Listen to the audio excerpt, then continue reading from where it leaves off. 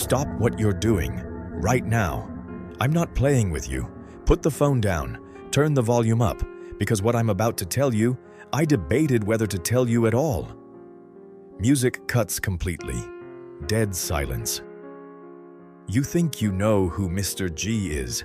Oh, you've been picturing him, some shadowy figure in the background, pulling strings, running whispers through Trench Town, trying to break a teenage kid with 3 words on a piece of paper. That's what you think. But here's the thing. Nobody told you. Single low note drops in. Mr. G didn't start with Bob Marley. Bob Marley wasn't even his first target. And the reason he wanted Bob gone had nothing to do with money, had nothing to do with power. It had to do with something that happened 20 years before Bob ever picked up a guitar. Something that happened to a man named Gerald. And Gerald, long pause, Gerald had a secret. My name is Scar, and today, that secret comes out. Kingston, Jamaica. On the wealthy side of the island, the side that doesn't make it into the stories, a boy was born. His name was Gerald. Wide roads, big houses, gardens out front. The kind of neighborhood where music played softly at dinner and nobody danced. Gerald grew up watching everything from above. And from above, you stop seeing people. You start seeing pieces, assets, liabilities, things you can use, things you need to get rid of. He learned this from his father. His father learned it from his father. By the time Gerald was 20, he'd already made his first move in the music business. Not because he loved music, because he saw what music could do to people. He saw how it moved them, how it made them feel things they didn't understand, how it made them spend money, follow strangers, believe in something bigger than themselves. And Gerald understood something with absolute clarity. Whoever controls the music controls everything else. By 1955, Gerald had built something. Not a label, not officially, a system. A silent web of connections and fear woven through Kingston's entire music scene. People inside every major label. People at radio stations. People in the streets. If Gerald wanted a song buried, it was buried. If Gerald wanted an artist to disappear, they disappeared. If Gerald wanted a rumor spread, by morning everyone believed it was true. Nobody knew his face. Nobody said his real name. They called him Mr. G. And Mr. G had one rule. Nobody rises without my permission. Not one person. Now here's where it gets real. Small venue in Kingston, half empty. Bob wasn't even the main act that night. Just a young kid filling time before the headliner. Gerald happened to be there. He sat in the back, like he always did. Watching, calculating, bored. And then Bob started playing. Pause. Gerald sat up straight. Something happened to him in that moment that had never happened to him before. Not in 20 years of controlling this industry. Not once. He felt afraid, not of the music itself, of what the music meant. Because Gerald understood instantly that if this kid ever got the right push, if someone ever opened that door for him, he would be unstoppable. And unstoppable meant uncontrollable. And uncontrollable meant the system breaks. Everything Gerald had built, every connection, every favor, every whisper. One voice, the right voice, could bring it all down.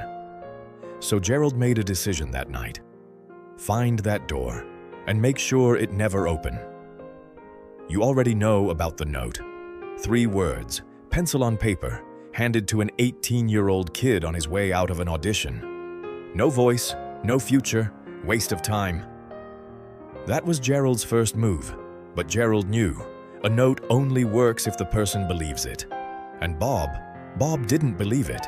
He went to the beach, he sat in the sand, he played, and something in him didn't break. Gerald's people watched, they reported back, and Gerald did something he almost never did. He got up from his chair. He went to see for himself. But before Gerald could make his next move, something unexpected happened. One of his people came to him with a report. "There's a man," he said. "Nobody knows where he came from, but he's been around the boy, talking to him, watching him. Gerald leaned forward. What kind of man? Older, quiet, no label connections, no record of him anywhere, but the people who've seen them together. The man paused. They say something changes in the boy when this man is around. Changes how? The man looked up. Like he stops being afraid. Silence. Gerald picked up his glass, set it back down without drinking. Find out everything, he said quietly. Everything. Gerald's people were thorough. 2 weeks later, a file landed on his desk. Maromero, possibly from Trinidad. No fixed address, no employment, no family connections on the island, but there were stories. People who'd seen him in different places over different years. Always alone, always watching, always appearing at the exact moment someone needed him most, and then disappearing. Gerald read the file twice.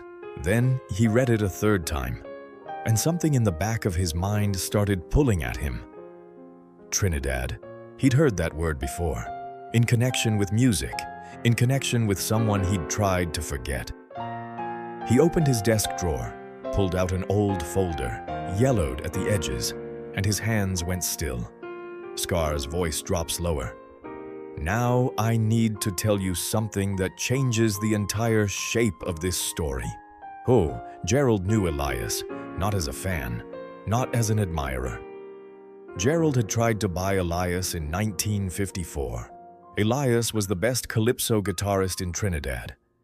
Gerald saw what he could become, saw the door that was about to open for him, and Gerald made him an offer. Sign with my people. Play what we tell you to play. Go where we tell you to go. Elias looked at him for a long moment, then said 2 words. Not the 2 words we've been talking about. Different 2 words, words I also won't repeat right now, but the meaning was clear. No. Gerald didn't forget that. Gerald never forgot anything, and when Elias died in 1957, Gerald felt something he was ashamed of. Relief.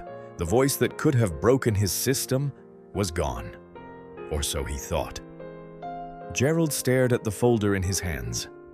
Elias, Trinidad, 1954.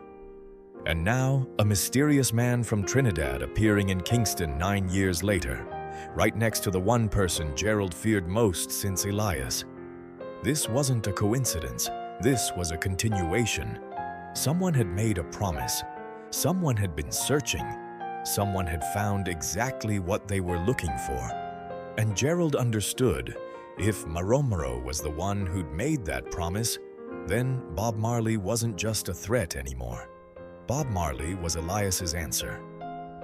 The voice that got silenced had sent someone to make sure the next voice wouldn't be. Gerald closed the folder, and for the first time in a very long time, he felt something he didn't know how to handle. He felt outmatched, but Gerald wasn't the kind of man who stayed afraid. Fear, for Gerald, was just information. It told him how seriously to take something. And this was very serious, so he made a new plan. Not whispers this time, not notes. This time he was going after both of them, Bob and Maromero, at the same time. From 2 different directions, Bob would be offered something he couldn't refuse, or so Gerald thought, and Maromero would be warned, directly, clearly, in a way that left no room for misunderstanding. Stay away from the boy, or face consequences you are not prepared for. It came through a middleman, a man Bob had seen around the neighborhood, friendly face, trustworthy voice. He pulled Bob aside one afternoon. I got a message for you, he said, from people who can actually help you. Bob waited. They want to sign you. Real contract, real money, more than you've ever seen in Trenchtown. Bob didn't react. There's one condition, the man said. What condition? You record what they give you. You go where they send you, and you cut contact with certain people. Bob looked at him. Which people? The man glanced around. The old man, the one you've been seen with. Long pause. Bob said nothing for a long moment. Then he nodded slowly. "Tell them I'll think about it," he said, and walked away. That same night, Bob found Maromro. Not at the bar was closed. At the beach, Maromro was already there, sitting in the sand, like he knew Bob was coming. Bob sat down beside him, told him everything, the middleman, the offer, the condition. Maromro listened without moving. When Bob finished, silence, just the ocean. Then Maromro said, "What do you want to do?" Bob picked up a handful of sand. Let it go. Watched it fall. "I want to play my music," he said. "Not theirs?" "Then you already made your decision." "But they'll keep coming." "Yes," said Maromro. "They will. So what do we do?" Maromro looked at the ocean for a long time. "We do the only thing that actually works against people like Gerald." Bob waited. "We make the music so undeniable that no system in the world can stop people from hearing it." Scar's voice gets very quiet, very close. "I need to stop here, because I realize something. Every time I tell you about Gerald, about the system he built, you might be thinking this is just a music story, just Kingston, just the 1960s, just one man trying to control one industry. But it's not. Gerald's system, versions of it exist everywhere, in every industry, in every city, in every moment when someone with something real to say gets handed a piece of paper that says, 'No voice, no future, waste of time.' That's the system. And the only thing that's ever broken it is exactly what Bob did. Sat in the sand, played anyway, for nobody but himself. And then, one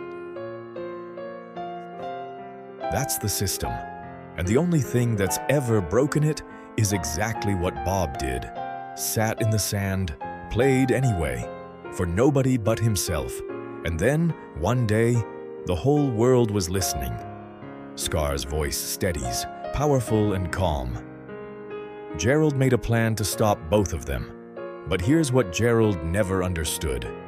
You can silence a voice, but you cannot silence what a voice leaves behind. Elias left behind a promise. That promise found Bob. And Bob was about to leave behind something that no system, no whisper, no offer could ever take back. But before that could happen, Gerald's warning reached Maromro. And what Maromro did next, nobody saw coming. Not even me. See you in the next one. I'm Scar. A boy born on the wrong side of everything. A door slammed in a musician's face, a promise made by the ocean, a choice. And somewhere in the middle of all of it, two words, still waiting to be said. Gerald made his move. And this time, he wasn't going after the music. He was going after the man behind it. Because Maromro wasn't who he said he was. And what he did next changed everything.